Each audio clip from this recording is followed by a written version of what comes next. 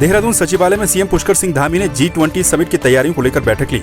इस बैठक में सीएम धामी ने अधिकारियों से G20 समिट को लेकर की जा रही तैयारियों की विस्तार से जानकारी ली। साथ ही सीएम धामी ने G20 समिट को लेकर किए जा रहे कामों में तेजी लाने के निर्देश भी अधिकारियों को दिए। आपको बता दें कि G20 सम्मेलन की 2 महत्वपूर्ण बैठकें उत्तराखंड में होनी है, जिनमें से पहली G20 की एंटी करप्शन बैठक है। इसके बाद अर्बन डेवलपमेंट से जुड़ी हुई बैठक भी उत्तराखंड में होनी है।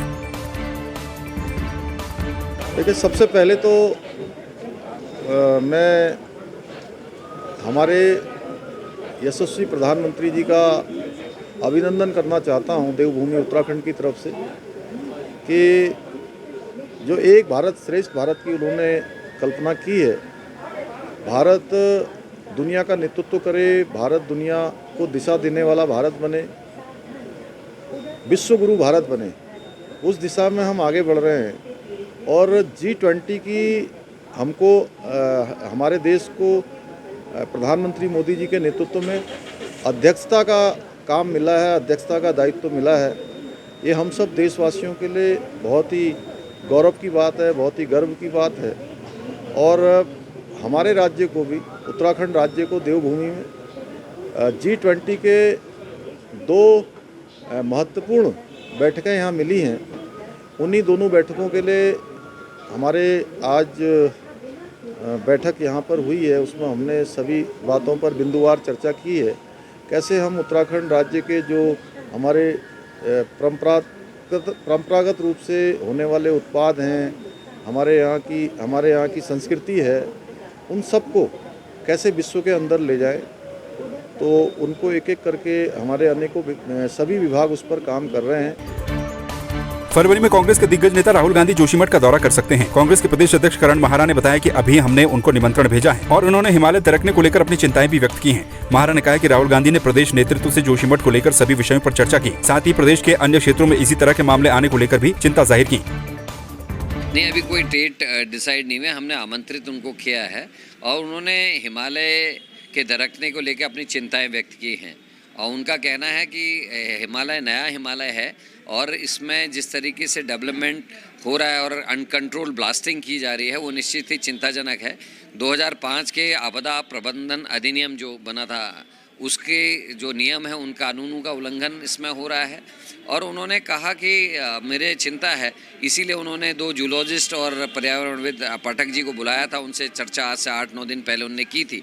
और कल जब मैं माननीय प्रीतम सिंह जी, माननीय देवेंद्र यादव जी, हरीश रावत जी, हरक सिंह जी, विक्रम नेगी जी और हमारे अनुकृति गोसाई जी, हमारे मदन बिज जी, हम लोग सारे सीनियर वर्जन, रंजीत रावत जी, हम लोग सब वहाँ गए थे।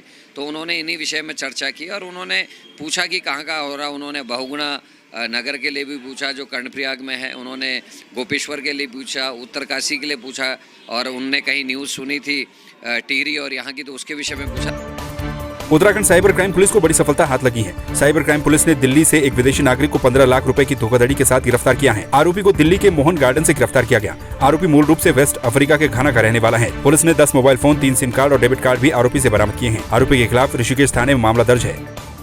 वर्ष जो ऋषिकेश कोतवाली में एक मुकदमा दर्ज हुआ था साइबर क्राइम से संबंधित, लगभग 15 लाख रुपए की धोखाधड़ी वादी के साथ में हुई थी।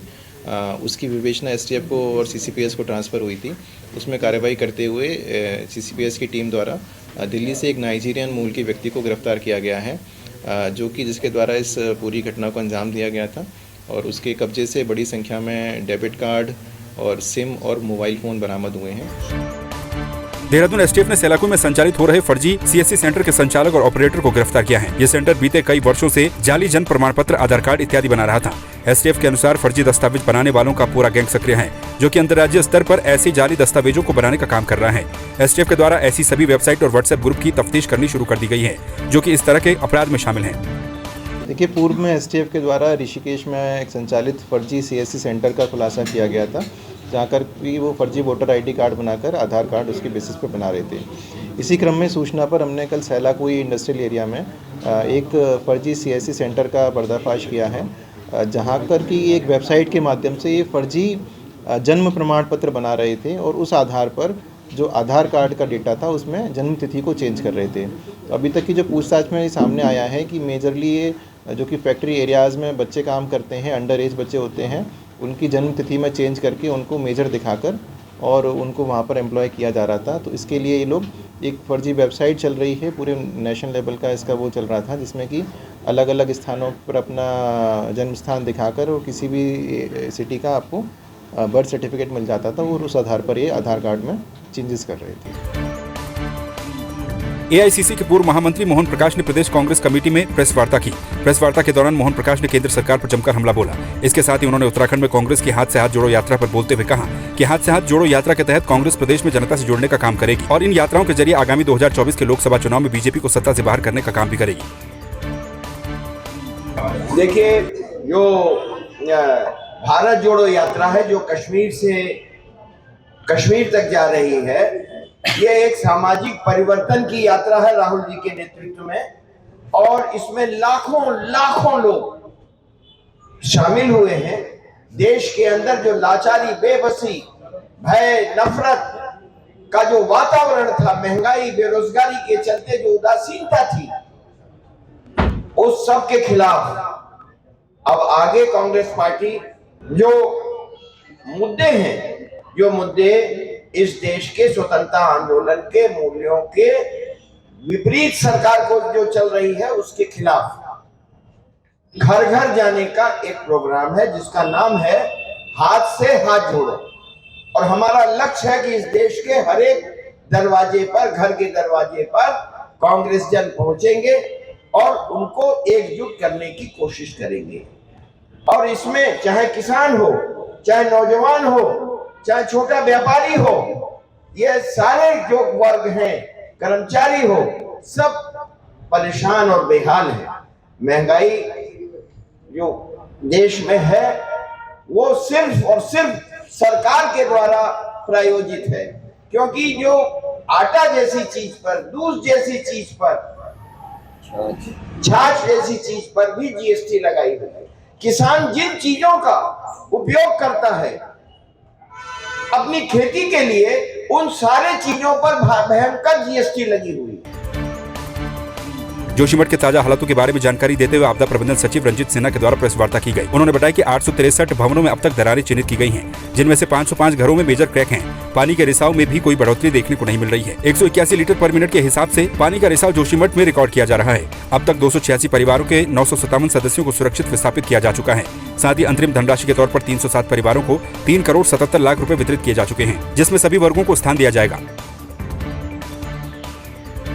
नेशनल क्राइसिस मैनेजमेंट की बैठक हुई थी कैबिनेट सेक्रेटरी सर की अध्यक्षता में। उनके द्वारा स्पष्ट निर्देश एनटीपीसी के लिए था, ministry of power and NTPC के लिए, कि इस संबंध में जो भी आप क्लैरिफिकेशन या इंक्वायरी करके और जनता को बताएं कि क्या स्थिति है, कोई कोरिलेशन है कि नहीं, तो उनके द्वारा ही क्लियर किया जाएगा। क्लियर करने के लिए कहा गया था, कोई ऐसा टाइम तो नहीं दिया गया था, लेकिन जल्द करना चाहिए उनको। हमारे पास कोई सूचना नहीं है। उन्होंने हालांकि मिनिस्ट्री ऑफ पावर के सचिव हैं, उनके द्वारा एक पत्र जारी किया गया है कि क्या स्थिति है, टनल कहाँ पर है लोकेटेड, जोशीमठ से कितना दूर है, कितना नीचे है, और उसके संबंध में एक पत्र भेजा गया था। उन्होंने स्पष्ट किया कि इसकी संभावना कम है कि कोई कोरिलेशन है, लेकिन अभी इस विषय में कुछ नहीं कहा जा सकता। जब तकनीकी संस्थाओं की रिपोर्ट आएगी उसके बाद कहा जाएगा। राष्ट्रीय मतदाता दिवस के मौके पर राजभवन में कार्यक्रम का आयोजन किया गया, जिसमें राज्यपाल गुरमीत सिंह के साथ ही मुख्य निर्वाचन अधिकारी दिलीप जावलकर और कई अधिकारियों ने हिस्सा लिया। इस मौके पर उत्कृष्ट काम करने वाले अधिकारियों को सम्मानित भी किया गया। इस मौके पर कई जिलों के अधिकारियों को सम्मानित भी किया गया। मुख्य निर्वाचन अधिकारी दिलीप जावलकर का कहना है कि आज भारी संख्या में छात्र छात्राओं ने भी कार्यक्रम में हिस्सा लिया। राष्ट्रीय आयोग हमारा निर्वाचन का है, उनके द्वारा यह एक परिपाटी बनी हुई है कि जिस दिन इसकी स्थापना हो गई कि उस दिन को नेशनल वोटर्स डे के रूप में मनाया जाता है। और उस समय इस क्षेत्र में जो अच्छे कार्य करते हैं, उसका प्रचार प्रसार में जो कार्य करते हैं, नए वोटर्स हैं, ऐसे विविध क्षेत्र के व्यक्ति जिन्होंने इस निर्वाचन की प्रक्रिया को और सबल बनाने में मदद करी हुई है, निर्वाचन जो है निष्पक्ष रूप से जो है कराने में मदद करी हुई है, इन सभी को एक पुरस्कार दिया जाता है। और इन सभी के माध्यम सभी को एक साथ जगह पर बुला के महामहिम राज्यपाल महोदय के सर से उनका सत्कार किया जाता है। वो आज कार्यक्रम यहाँ पर पूर्ण कर लिया गया था, जिसके संदर्भ में यहाँ पर जिलों से बहुत सारे अधिकारी आए थे। उनके यहाँ पर सम्मान हुआ है। और जो युवा मतदाता जो पहली बार के वोटर है उनको भी यहाँ पर बुलाया गया था। और उसका उद्देश्य मुख्यतः ये है कि इस महत्वपूर्ण आपकी डेमोक्रेसी के कार्य के लिए हम लोग अधिक से अधिक प्रचार प्रसार कर सकें और इस प्रक्रिया जो पूरे विश्व भर में जो विख्यात हमारी ये व्यवस्था है इसको और किस तरीके से हम लोग सुदृढ़ कर सकते हैं और सर्वसमावेशी कर सकते हैं। मतलब ज़्यादा से ज़्यादा व्यक्तियों का इसमें किस तरीके से हम लोग प्रतिभाग सुनिश्चित कर सकते हैं, ये करने के लिए एक बहुत ही महत्वपूर्ण दिन रहता है। राष्ट्रीय हमारा वोटर्स डे है और उसी के क्रम में आज यहाँ पर एक कार्यक्रम संपन्न। मसूरी भट्टा क्यार कुराली की 13 स्वयं सहायता समूह की महिलाओं ने अध्यक्ष चंद्रकला मनोरा के नेतृत्व में भाजपा मसूरी मंडल के नवनिर्वाचित अध्यक्ष राकेश रावत का स्वागत और सम्मान किया। इस मौके पर मसूरी मंडल अध्यक्ष राकेश रावत ने कहा कि उनके जीवन में मातृशक्ति का विशेष स्थान रहा है। राकेश रावत ने यह भी कहा है कि शीघ्र ही वो मंडल के वरिष्ठ सदस्यों के सहयोग से नई मंडल कार्यकारिणी का गठन करेंगे। सर्वप्रथम अपनी पंचायत की सभी मातृशक्ति का धन्यवाद करूंगा कि उन्होंने मुझे यहाँ इतना प्यार और सम्मान दिया। मेरे क्षेत्र की जो 13 समूह की महिलाएं हैं उनका आशीर्वाद मेरे जीवन में सदैव रहा है। आज मसूरी मंडल अध्यक्ष तक का सफ़र मैंने उन्हीं के आशीर्वाद से तय किया है। उनके आशीर्वाद से चाहे ग्राम प्रधान हो चाहे क्षेत्र पंचायत हो, जहाँ भी मैं रहा हूँ उनका साथ और सहयोग मुझे हमेशा मिलता रहा है। मैं उन सभी का आपके चैनल के माध्यम से धन्यवाद करता हूँ। देखिए, जल्दी आपको भारतीय जनता पार्टी की नई टीम दिखेगी जिसमें हर वर्ग का ध्यान रखते हुए एक मजबूत टीम तैयार की जाएगी। फिर उसके बाद रणनीति तय की जाएगी कि किस प्रकार से हमने शहर में काम करना है और किन किन मुद्दों पे हमें विपक्ष की भूमिका निभानी है। और जल्द ही एक सशक्त विपक्ष के रूप में आपको भारतीय जनता पार्टी मसूरी